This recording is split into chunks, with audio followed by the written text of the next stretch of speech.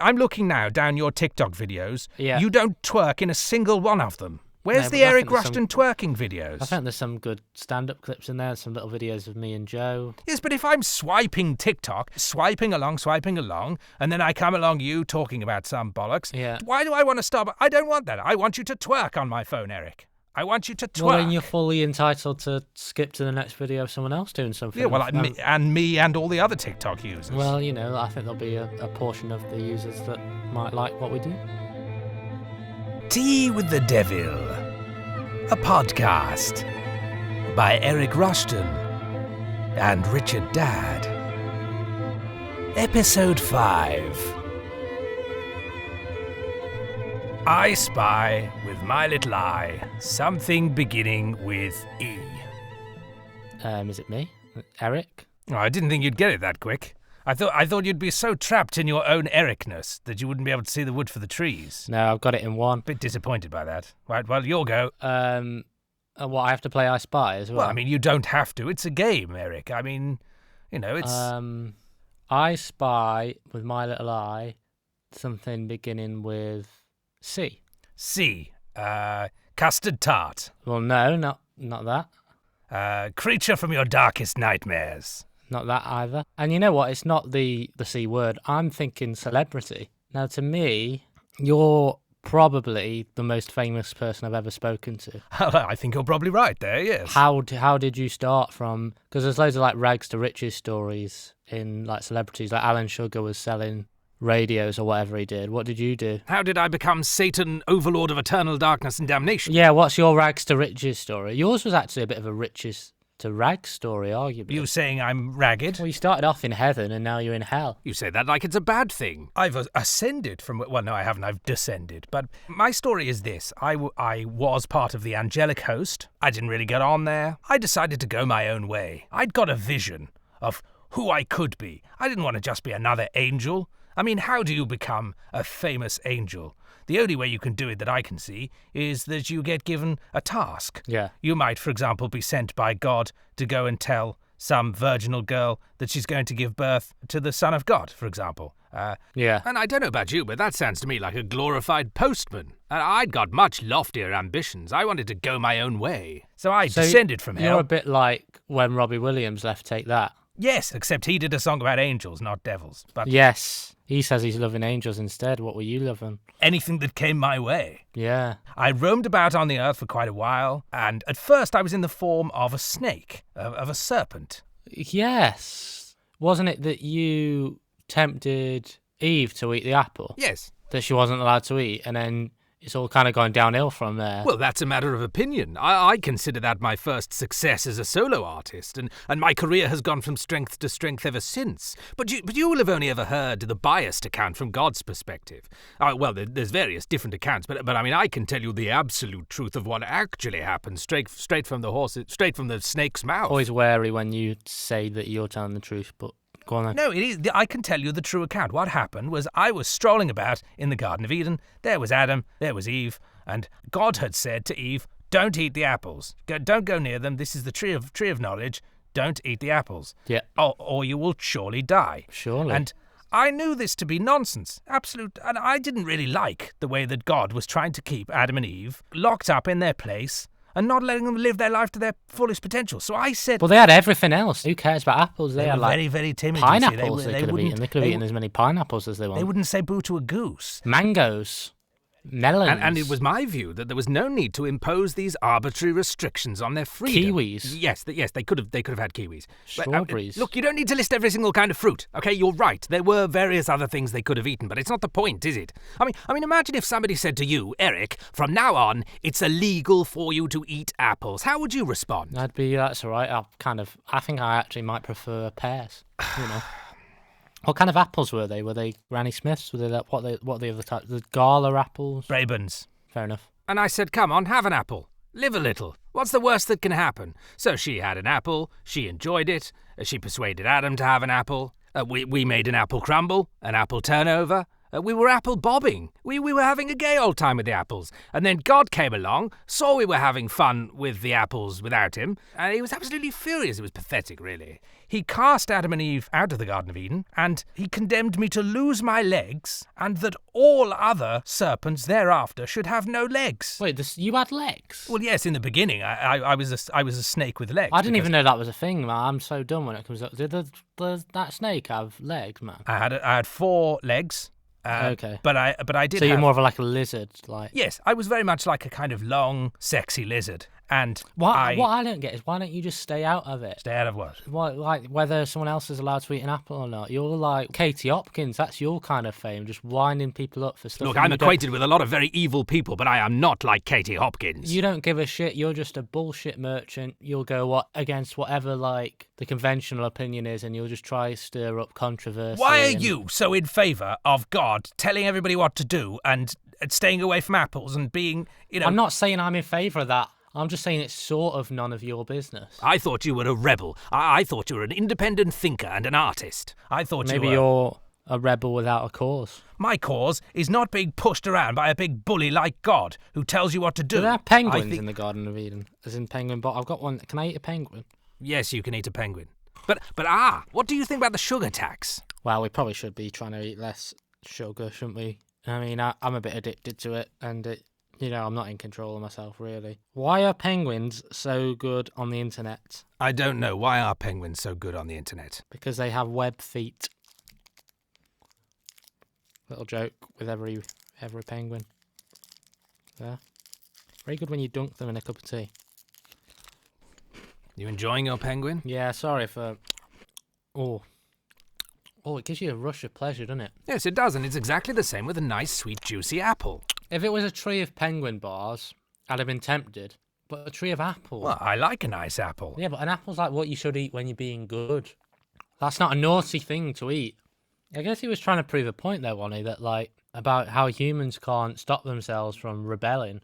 Or something. Well, I don't know what he was trying to prove. Why didn't he just make people so that they could resist an apple? Or just not put the apples there.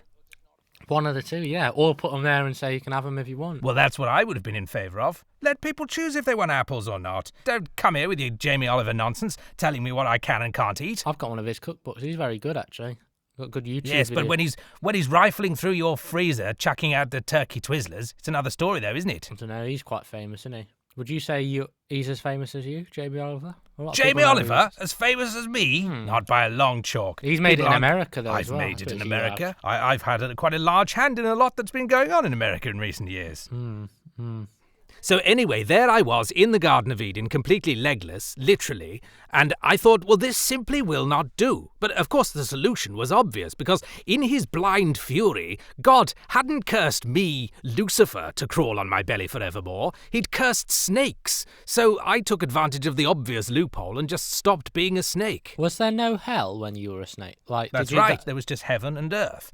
So I was drifting about as a kind of shapeshifter. I would take this form, that form, live as different animals. Sometimes I would just float on the wind. And then, after a while of enjoying the earthly pleasures and the physical stimuli that was at my disposal, I thought, you know what I need? Yeah. I need to rebrand myself, and I need to establish a niche. And this is a very important thing to do. You need to find the thing that you do. Yeah. Establish a niche. And I thought to myself, I know what I'll do. I'll set up a rival to heaven. Yeah. And I thought, well, how am I going to do this? Because he's not going to immediately agree to it, is he? It would have to be really different from heaven. It can't just be heaven but a bit sexy. Yeah. It's got to be something really different.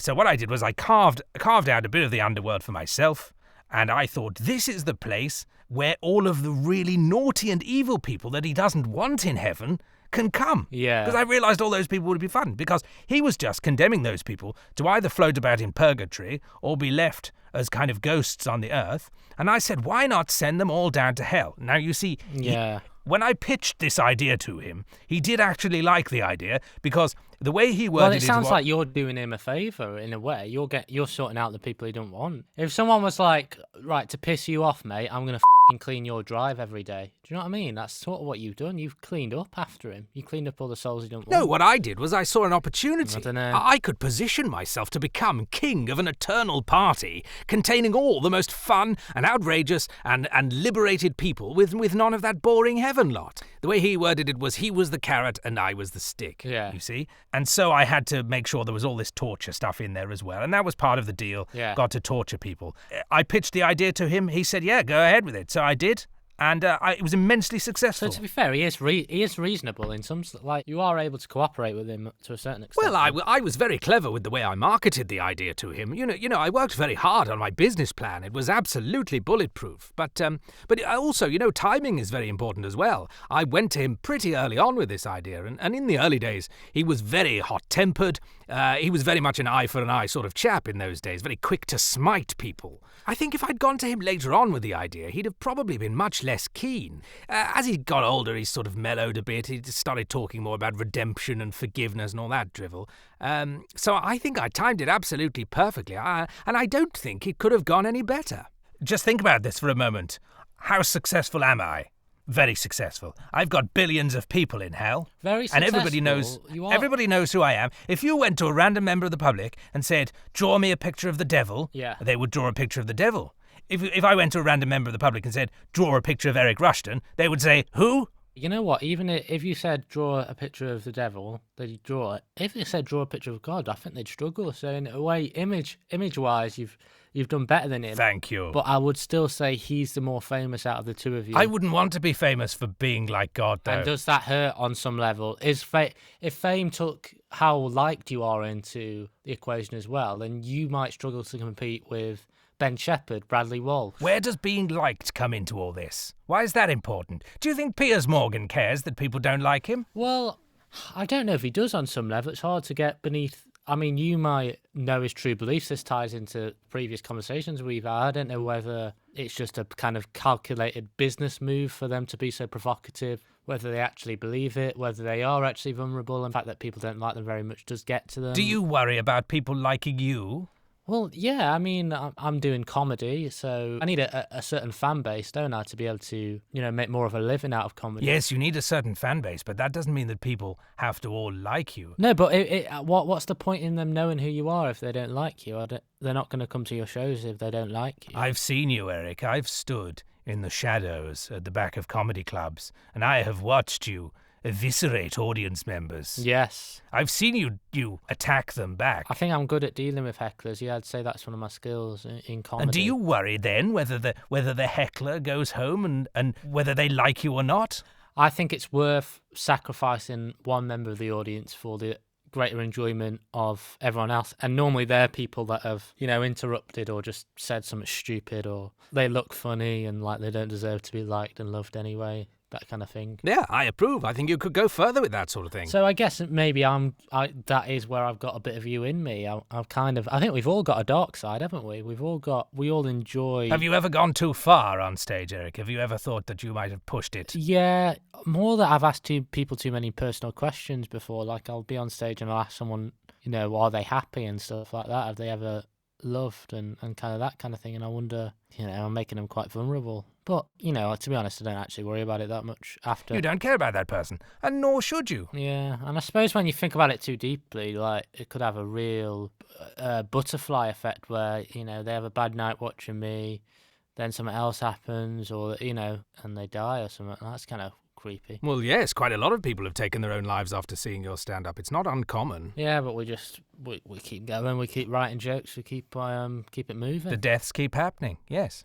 How would you say increase my following? What would you do if you were in my position to kind of market me? Because as I said, you're the most famous person I know, really. So you do know what to do in terms of marketing yourself. I'm the right person to come to for this. I went from being an anonymous angel to being the most famous angel and the baddest angel with my own rival heaven. That's much more fun than the original one. And I did that by reinventing myself, like Bowie, like Madonna, like Kylie. I expanded my repertoire. And I think that's what you should do. Reinvent yourself. So complete, but haven't I got... Because who are you, Eric? So you kind of thrown away the persona I've built up so far on stage, are you saying, and then starting from scratch? I threw away my snake persona. I threw away my angel persona. I became a shapeshifter. I realized it wasn't working. Yeah, it's just taken me a long time. Would you say my act isn't working? It worked for a while. Well, how would you reinvent me comedy-wise? Well, I mean, ask yourself this. Who are you, Eric Rushton? You're not exactly a household name, are you? If you went vox-popping out on the street and said, Eric Rushton, young people would look at you blankly. Old people will say, don't you mean Willie Rushton? But I don't know if I want to be a household name.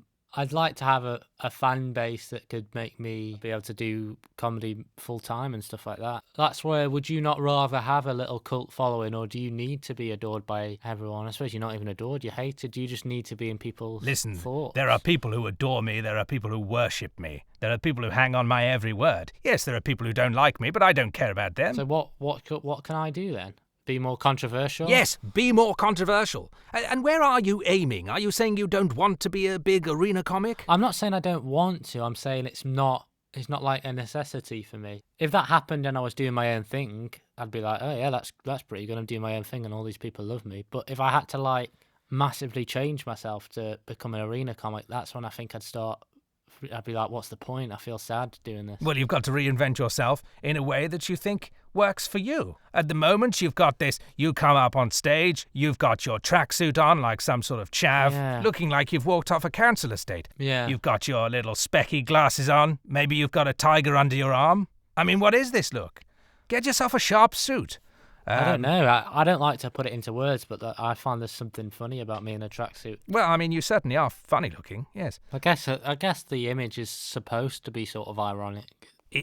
Is it irony, though? It's not irony. It's not like I don't like people in tracksuits. I just think, I don't know. It's not something I sort of planned. It's sort of step by step. It was an organic kind of construction of that persona, I guess. It didn't piece by piece, so that's where I'm at now. Did you have the full picture of what the devil would be when you first became the devil, or did you try a few things out? No, I workshopped it a lot. Yeah, was it a case of trial and error? I tried things out, and I think experimentation is a good idea. I don't feel like I've reached the dead end anyway. I feel like it's going all right, and it's slowly and steadily going in a positive direction. Oh yes, you're kind of trotting along acceptably. But if you want to absolutely rock it to fame or have real success, you should be more provocative. What's the point in that? You need to say the unsayable. You should do jokes that are going to be risky. What should I say? You need to have titles on your YouTube videos that people are so incensed when they see that they immediately click them and watch them and all your views go up. What would be a good title for a YouTube video for me then? What about Eric Rushton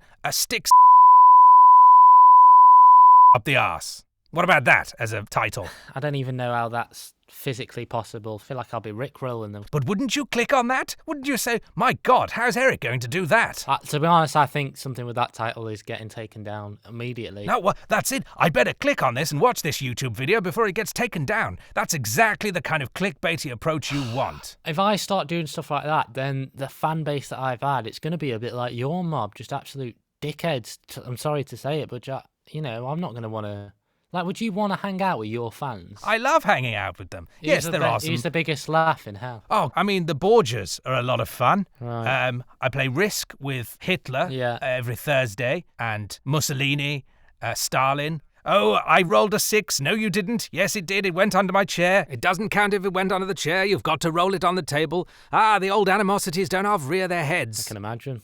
I had a difficult game of Monopoly with Joe the other week. It's a nightmare playing a board game with anyone. Yeah, you should try playing Cluedo with Pol Pot. Oh, yeah. I think it was probably him. Yeah, it was him in the killing fields with the firing squad every time. I feel like you're just a bit... You're lacking integrity. I guess that's... I don't want to sound the opposite either, though, because I'm not like, I'm just a pure artist. I want to do it for the art. I'm not saying that.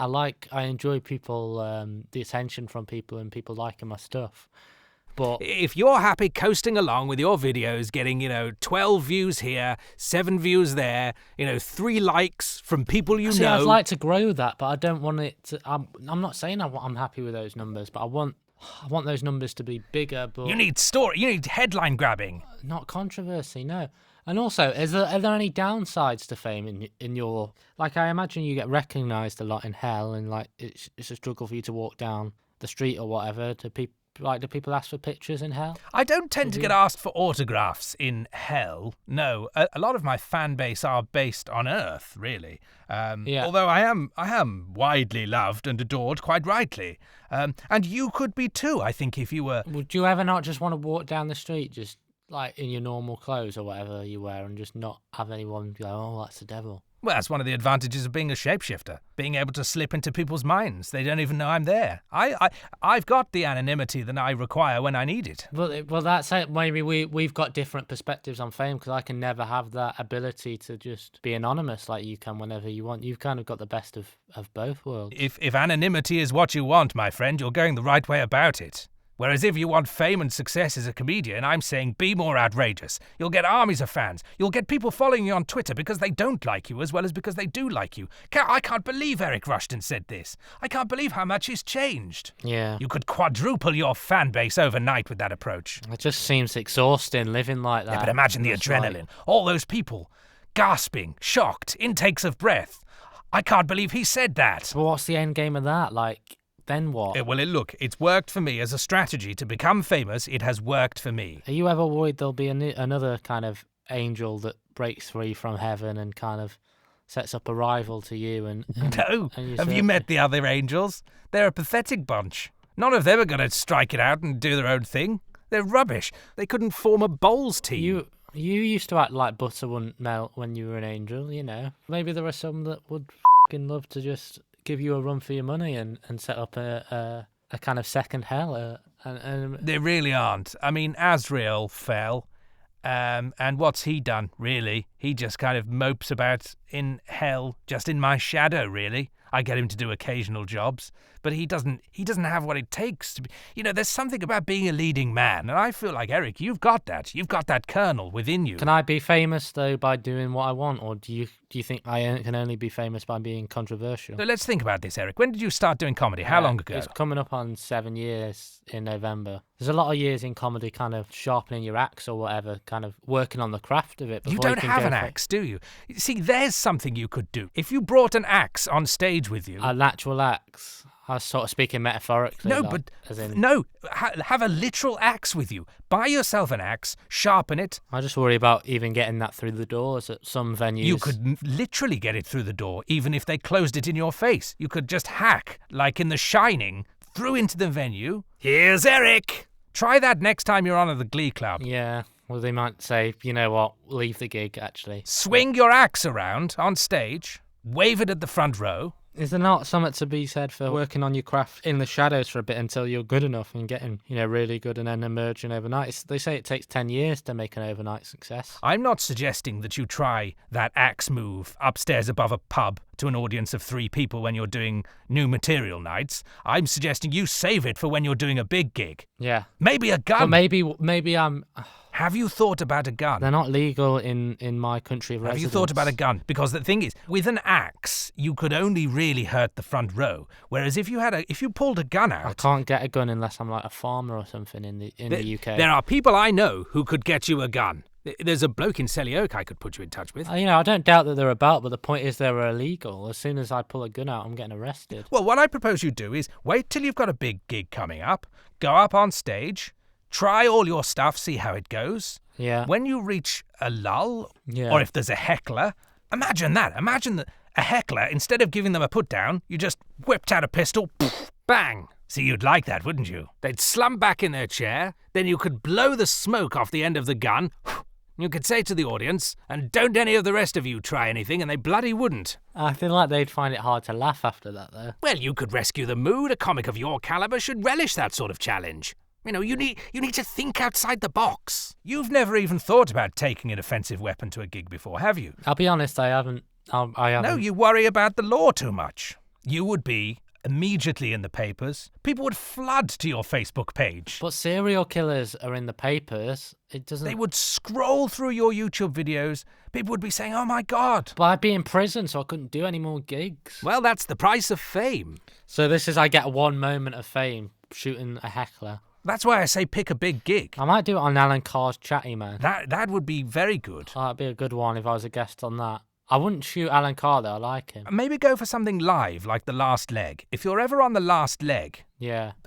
See if you can take out some of the audience members. Yeah. Or because I feel like they laugh a bit too generously on that show. So yeah. or you could just cut down the presenters. They're trying their best. I find it hard to shoot. I wouldn't really shoot another comedian. I feel like everyone doing But comedy none is of them? doing a hard job. Are you seriously saying there isn't another comedian out there you wouldn't happily shoot in the face? I've honestly got so much I can think of a respect few. for the role. Like I find it really hard to criticize another comedian because it's a difficult thing to do. So I don't think I'd shoot one. I feel like audience are our enemies, not other comedians. There's something to consider. Murdering your audience, going on the run afterwards, seeing how long you could last it for, and then if the law does catch up with you and you decide you can't face doing time, then just good night Vienna. Yeah, I'm probably never gonna shoot anyone. And then you'll be straight down with me. I mean, that would be a first class ticket into hell. Don't really like violence in general. And then me and you could hang out, and then, as I've said before, I could get you lots of gigs down here. Don't even like That'd play be good. fighting. Or wrestling. Yeah. So anyway, we want to get you onto a path to fame. So let's have a look at your social media. So if I go to Facebook, yeah, let's have a look. I've looked up Eric Rushton. There's your comedy page. There you are. 573 followers. Yeah. It's not enough, is it? Mm. What's your Instagram? Eric Rushton 96. Let's look that up. 550 followers. Again, not enough. Yeah. And TikTok? Let's try TikTok. TikTok, I've not got many followers at all, but I've only just started using that. Yes, there you go. Your latest video there, 35 views. It's not enough. It's not enough. That one, sometimes it takes a while for the algorithm to kind of... Oh, the algorithm. Oh, the algorithm. Look, there are people on TikTok who just wiggle their arse at a camera and get 5 million views. See, I haven't really got a nice enough arse for that, though. Have you thought of abducting a teenage girl? I can't be doing that. And just filmed her dancing? Your views would shoot up. Yeah. You could let her go afterwards. Just keep her for a few days, film a few thousand dances, just think about it. Well, I'm not going to do that. It's being famous for not doing what I want to do, though. Well, okay, well then you could dance. Meaningful. Okay, I'll dance, but I don't think I'm going to get 5 million views doing it. I think people will be like, why is this guy dancing? Have you tried? I've not tried, to be fair. Right, I'm looking now down your TikTok videos. Yeah. You don't twerk in a single one of them. Where's the Eric Rushton twerking videos? I think there's some good stand-up clips in there, some little videos of me and Joe. Yes, but if I'm swiping TikTok, swiping along, and then I come along you talking about some bollocks, Yeah. Why do I want to stop? I don't want that. I want you to twerk on my phone, Eric. I want you to twerk. Well, then you're fully entitled to skip to the next video of someone else doing something. Yeah, well, me and all the other TikTok users. Well, I think there'll be a portion of the users that might like what we do. Let's think about what else you could do, okay? Have you thought about being the first TikTok murderer? I think they're even starting to get funny about swearing on the TikTok, so I think immediately your video's getting taken down if you murder on TikTok. Oh. I had one taken down the other day for nudity, because if Joe had a naked picture, it was a drawn picture of people naked that was in the TikTok, and it got taken down, so I don't think I could murder on there. Talking of Joe, Yeah. have you thought about maybe killing him on social media? That could be something that could get views. Yeah, like I've said many times, I wouldn't kill him, whether it was filmed or not. You could do that across platforms. You could do the first cross-platform murder Live where on Twitch. you do a TikTok. Yes, exactly. You do a live on Twitch, and then you've got your phone, and then that's recording a TikTok that you upload. You tweet about it while his life is fading away. You could do Facebook updates from his actual account. You could do like a little selfie of his face, and he's kind of the life ebbing from his eyes, saying, "My day's not going so well, lol." Or whatever. I'm just throwing out ideas here. But, I mean, how's this sounding for a social media strategy? Yes, I think I'm just going to carry on doing what I'm doing. Well, I mean, why even bother asking me then? If you don't want to take my suggestions... Why don't I just put out what I want to put out, and if there's enough like-minded people, then I'll be successful. This whole conversation has been a complete waste of time. Look, pass me my Gladstone bag. It's absolutely chock full of Class A drugs. How about we get completely smashed off our tits and record some TikTok videos? I'm happy to, film some of the TikToks, but I'm just not going to get involved in the drugs. But yeah. Oh, you are an absolute square, Eric Rushton. You really are. You've been listening to Tea with the Devil, a podcast with Eric Rushton as a poor lost soul, and Richard Dadd as the Angel of Chaos and Darkness. The music is Nocturnal Shadows by Anna Maria Olson.